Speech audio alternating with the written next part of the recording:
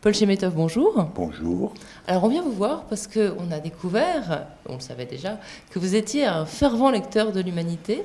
On voudrait savoir depuis quand vous lisez ce journal. Je crois d'ailleurs que vous avez lu avant un autre journal, vous y avez même travaillé, vous avez travaillé à Clarté, Oui, qui était oui. le journal des étudiants communistes. C'est exact.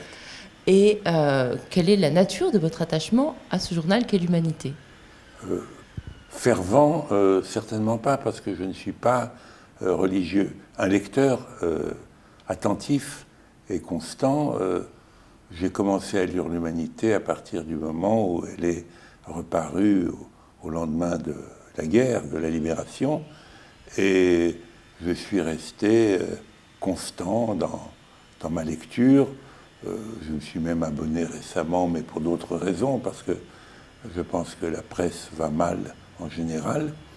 Et comme je suis un grand lecteur de presse, je lis au moins,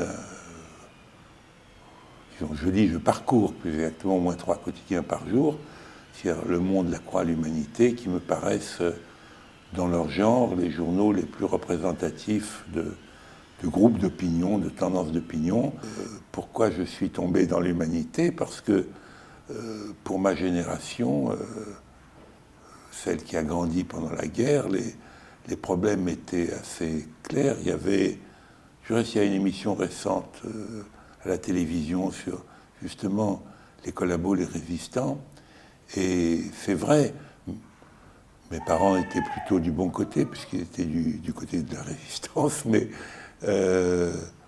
c'est vrai que ça a été la rencontre de ces gens, enfin des gens qui quelquefois venaient chez mes parents et qui disparaissaient tragiquement. Tout ça, pour un jeune homme, c'est assez... Bon, il y a une espèce d'héroïsme de tout ça, on est très impressionné par ces destins et on pense que le monde est de ce côté-là plus que d'un autre.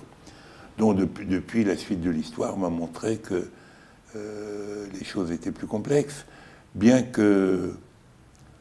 Enfin, il y a eu des rencontres ratées, il y a eu quand même des erreurs historiques. Je ne parle même pas de la répression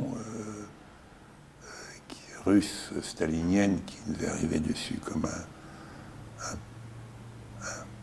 fer à repasser sur la tête, mais même des interventions en Tchécoslovaquie, en Afghanistan, qui ont détruit l'eurocommunisme et même la confiance que l'on pouvait avoir sur le rôle international de ce que fut l'URSS et qui, dans sa chute, a entraîné beaucoup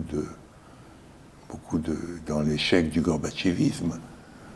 Et la situation actuelle, disons, il faut avoir une conscience historique de très longue échelle pour rester attentif à ce que portait la culture communiste, à ce qu'elle dit, à l'espoir qu'elle avait fait lever et qu'elle est loin d'avoir épuisé, mais certainement pas sous ses formes anciennes, sous ses formes passées.